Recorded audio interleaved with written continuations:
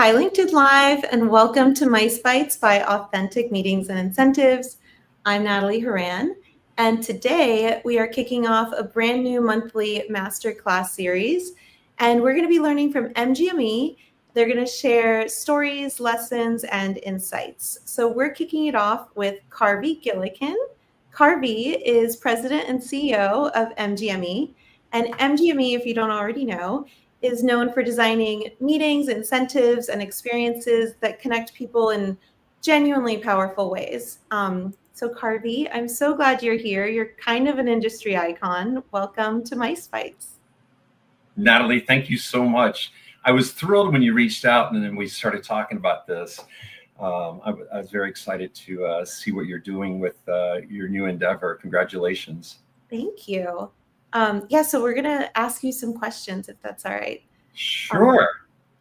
Okay, I know most of us in the MICE industry kind of stumbled into this industry. How did you get into the industry? That's such a fun story because I was in college and I was headed in the direction of going into banking and or accounting.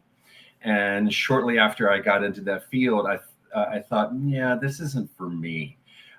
So I changed my degree into marketing because, you know, when I went to college, we didn't have hospitality degrees. So I took my degree in marketing, and I was also working for a resort, and I was a bartender. So the first thing I did when I graduated from college was started looking for a job, but in the hotel business. And the thing I found out was the hotel business was a whole lot of fun. And, you know, and in the late 80s, early 90s, there was so much interaction with our clients. They were, you know, site inspections. So I went to work for this 169 room oceanfront resort on Wrightsville Beach, North Carolina. It's called Shell Island All Oceanfront Suites. And it was a fabulous property. And we had so much fun at that property that my career continued. Before I left that hotel, I had gone from bartender to sales manager to director of sales and marketing. And it was a great transition. And then as time went on, I decided to leave the hotel business in 2005 and come over to the agency side. And now you're with MGME.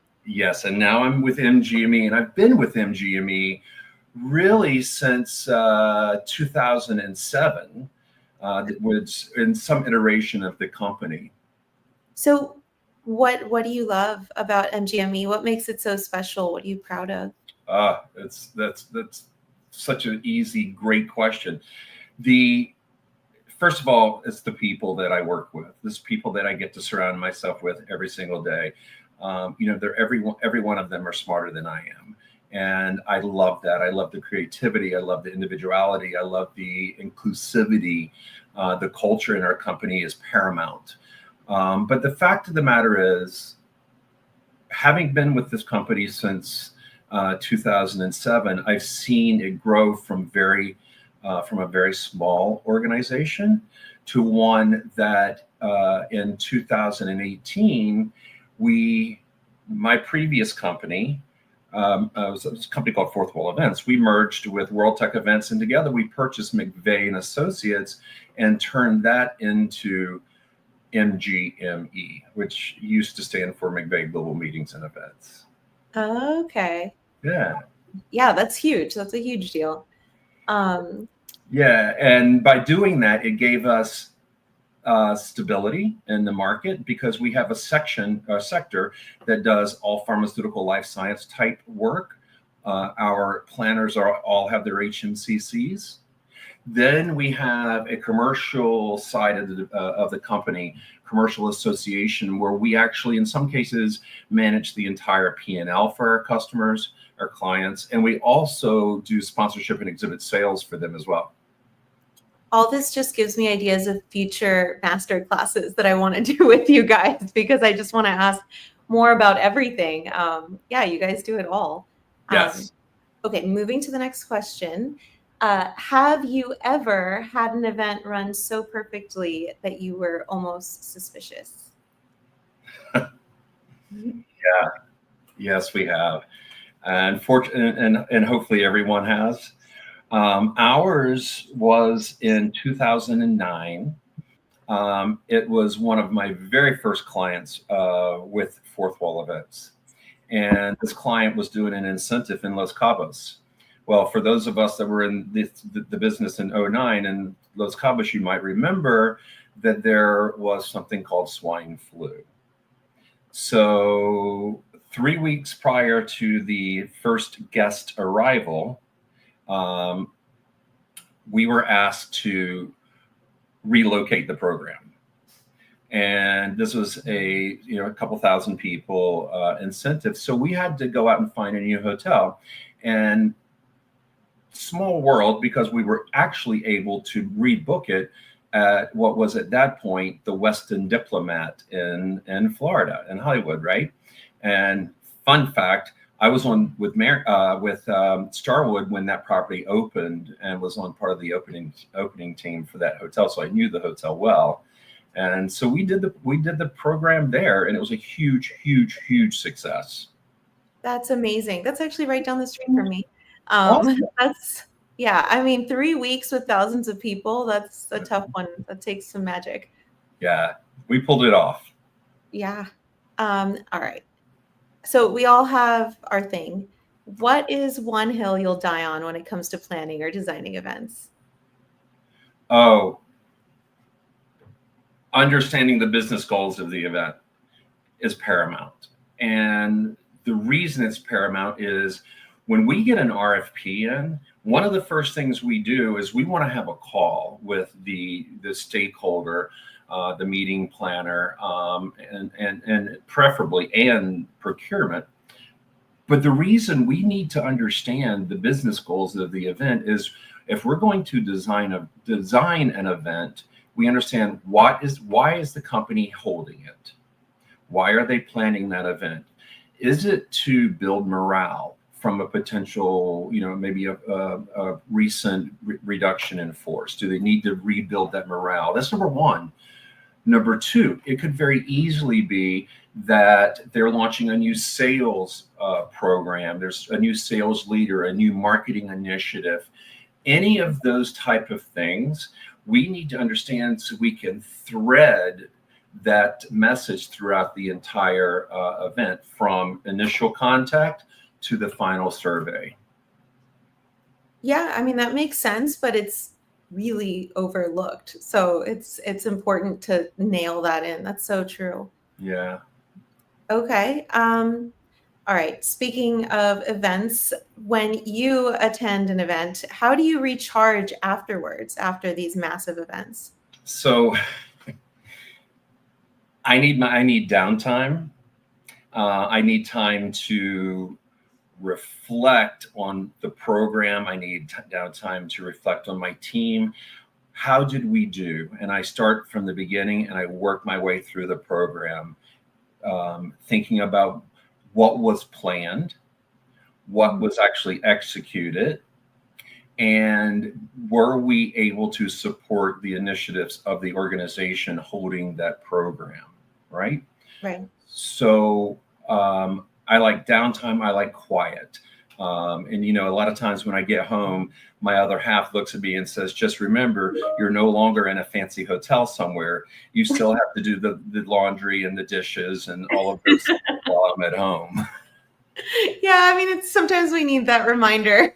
We do. I mean, for some reason, there's no house service. And, I call and food doesn't get delivered. So I'm not sure what's wrong with that. I should work on that. Yeah, no, but I feel you. Like, definitely some quiet, just like it can be a lot of talking, a lot of faces, a lot of everything. Indeed. Okay, so you've seen some changes in this industry. You've been around. What's the most exciting change that you see happening in the mice industry right now? I think it has to do with the generational focus of the attendees, specifically in the world of incentives, but really in any program. But the Gen X's, the Gen Y's, the baby boomers, we're on that side of our careers. but we are bringing in attendees that want specific things at their events, right? Mhm. For example, the 2024 Incentive Travel Index showed us that second tier, third tier cities are in high demand because the attendees want cultural influence. They want to be immersed in the local areas in which they are, in fact, watching or attending the show itself. And I think if we continue to build on those cultural aspects, those influences, it will go a long way to helping drive the success, the ROI, if you will, on those on your conferences. I love that. That's such a win-win for everybody, for, savings on you and your clients' end, and then, spreading the love economically to these other cities. I love that. It is, and you know as well as I do, we attend so many conferences, and some organizations do such a great job at bringing in the culture Mhm. into the event, or transporting us as an attendee out of the hotel convention center venue type environment and putting us in the cultural experience areas, taking us out to the neighborhoods. I'll get in trouble if I start naming, but I sit on the Discover Puerto Rico customer advisory board, and one of the things they did is they took us out. They took Yeah, us out to see all of the things that we would not see as a typical attendee. Right? right. There's so much out there that can be an added value to your program at very, very minimal cost. Well, and it's such an easy way to get attendees to remember it, and it not just be a blur of another ballroom in a generic city. But it doesn't take that much more money or effort. It's just thinking outside of the ballroom a little bit. And It is. second, I love that, thinking outside of the ballroom. mhm. No, Absolutely. that's a great one. We should all be pushing this. I like this one. Yeah. All right. If your career were a documentary, what would the title be? Oh, so it would be, and don't laugh, but it would be From Rodeo to CEO would be the name of my documentary. And That's really good. the reason in that is, I spent many years in my previous life when I was much younger, actually competing on the rodeo circuit, and I had a great time doing it. We still have two of our older horses here on our farm in New Jersey, and those two are basically lawn ornaments at this point. Oh, But I learned so much in that competitive landscape of rodeo that I was able to parlay over into the world of business.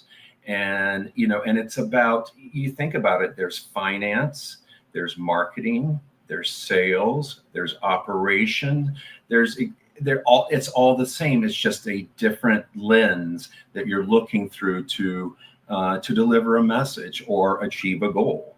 And as CEO, sometimes I think about how would I have handled this 10 years ago, 5 years ago versus today, when a situation comes up that needs my attention. I can't wait to read this book.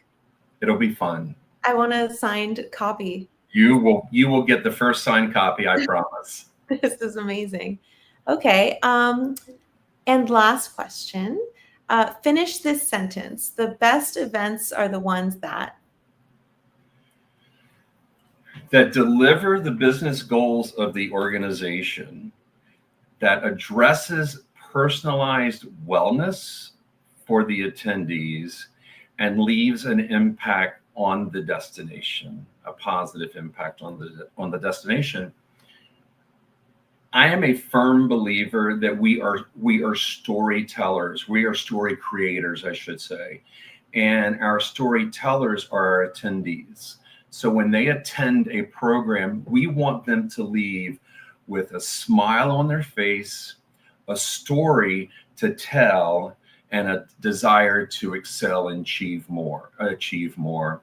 Conferences, incentives, expos, they have a business purpose. And if you are doing your advanced work before you attend one of those conferences, you will in fact leave with all of those things ready to go. And you'll go back and you'll talk and you'll tell those stories.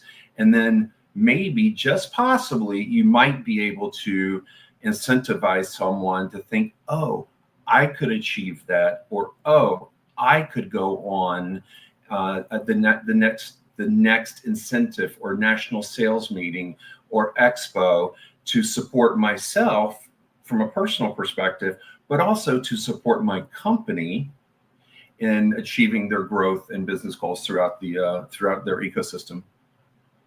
I love this. I love how intentional it is to, MICE specifically, and it's not just turning it into some weird leisure vacation where people are being forced to do team building. And it is so intentional and thoughtful with the attendees' time in addition to the budget and everything else. Such as throwing together a something and hoping people like it. I think that's fantastic. That's great. There's an old saying, hope is not a strategy, right? Mm-hmm. And when I ran a very large sales team, I had that on my wall. Hope is not a sales strategy. It's got to be purposeful. It's got to be defined. And you have to understand, and I say this ad nauseum, you have to understand why you're doing what you're doing in order to know whether you've achieved those goals. I think that's a really good takeaway for anybody watching this, because I think if we do that in general, but especially with events, that's a good way to help narrow down and get the most out of the event and everybody planning it and the budget and everything else. I love that. Exactly. We gotta keep the stories telling going. Yeah, that's great. And we will keep on talking about this and other things next month. We're still deciding who from the team exactly and what we're going to bring, but we'll be back next month to talk about meetings and incentives and, what you guys are doing over there at MGME. I love it. Thank you for including us. We have some fun things coming up for a couple of our future webinars with you. And I'm really excited to see some of my senior leadership and other colleagues get on with you and show their passion, not only for the industry, but for our company. I love that. And for anybody who wants to learn more, you guys can scan the QR code on the screen and visit mgmeconnect.com and you can learn more, or reach out to Carvie or me. There you go. Fantastic. Thank you so much, Natalie. It was great to see you. Thank you, Carvie. Well, talk soon. All right. Take care, everyone. Bye. Bye now.